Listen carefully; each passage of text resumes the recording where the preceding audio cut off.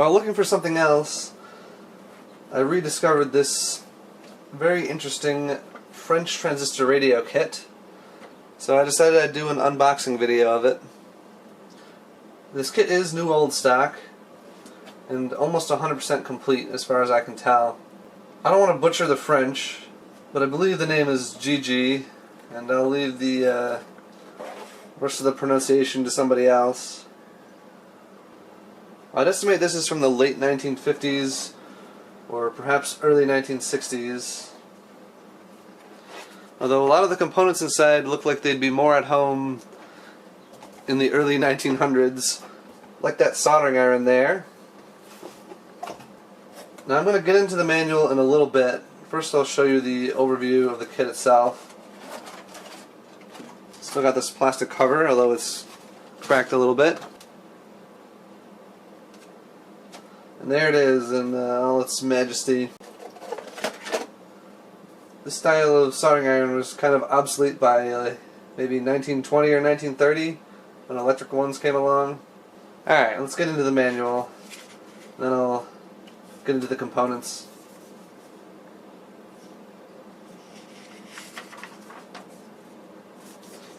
Here we have a date.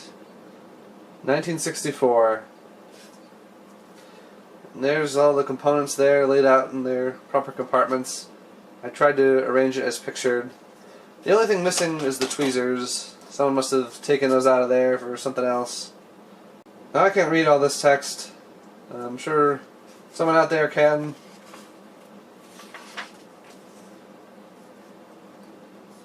Well, you can kind of get the idea. Like here it's clearly talking about the resistance code and giving the names of the colors in French. And the schematic symbols are the same. Talking about the detector diode, the transistors. It's an odd way to draw a transistor there though. Can't say I've seen that before. This is much more typical.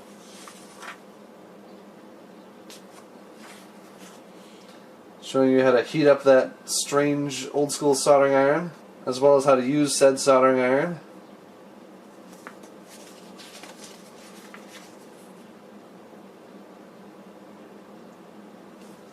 There's the radio's dial,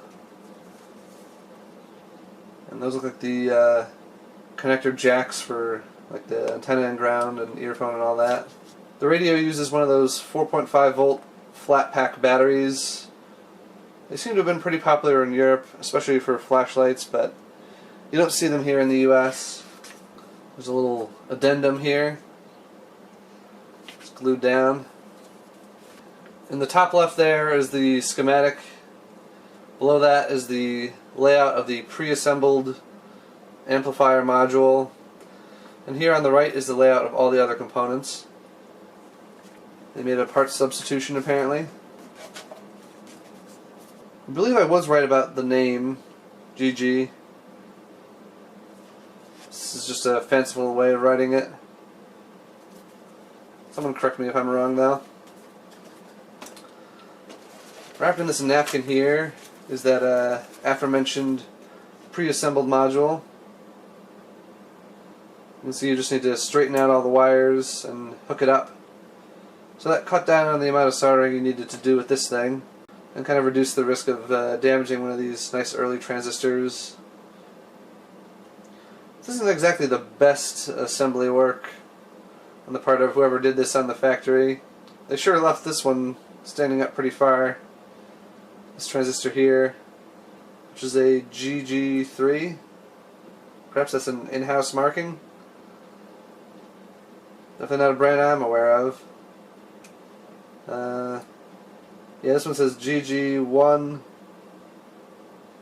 This is GeGe2 and this is GeGe3. So those must be in-house markings of probably fallout transistors, as in transistors that were rejected by their original factory. These do look like French-made transistors. I believe the brand is STC, if I'm remembering correctly, just based on this kind of top hat shape. This is probably a Japanese diode. These caps are European ones. They are unmarked as to brand, but they look a lot like Siemens brand ones. I don't know that for sure.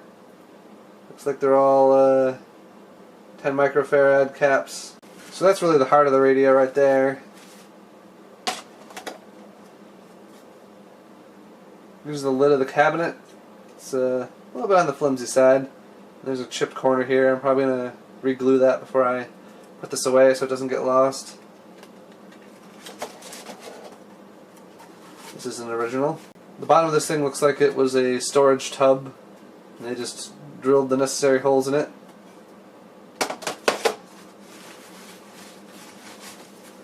Inside is the wire to be used as the antenna and ground. Here's some miscellaneous connectors, screws, and wire. You can see that foam has turned to dust, so I'm not going to pull it out of there and make a mess. Got a little toggle switch here for the power. I believe that goes right here. We've got enamel wire here, and a regular plastic insulated wire here. The antenna and ground connectors. Again, the foam is most likely disintegrated, and you can see the unfortunate results of what that foam does to metal. Corroded it pretty good there. Here's the tuning dial. Just enameled aluminum. Here's the speaker. It's got a bit of corrosion on it. Looks like it says 108 ohms. Let me check that real quick. Got my little cheapy Radio Shack meter. Uses a spare meter.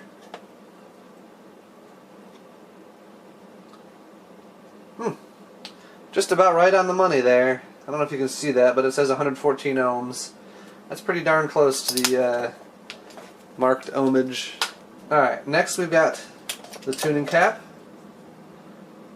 It was actually seized when I received it. I took the liberty of oiling it a few minutes ago, so now it moves smoothly. It's actually insulated with paper, which is definitely not the most durable way to do that. I guess they weren't counting on this kit seeing much use. This thing looks really crudely constructed. It's definitely something that would be more at home in a 1920s radio kit.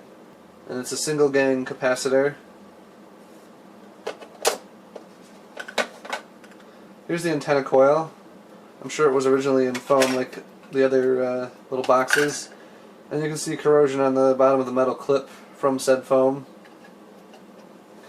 I may dispose of the foam in these boxes, or at least this one here, and scrape off that corrosion so it doesn't get any worse. Prevent this thing from degrading further. Back to the ferrite antenna core. You can see it's hollow, which is kind of unusual. And one end is marked with green paint. Not sure why. The builder of this kit would have to wind this wire on there themselves. Here's the earphone. It originally had a rubber band holding everything in place, but that has since disintegrated, and I threw out the broken remains. Although it's left red dust all over the place. It's marked 2000 ohms, which is a fairly high impedance. This is typical of, again, 1920s earphones. That was like one of the standard impedances. Wrapped in tissue so I can actually remove it is the knob for the tuning cap. It's actually a fairly nice one. Here's a little connector for the earphone. It's marked made in France and GeGe.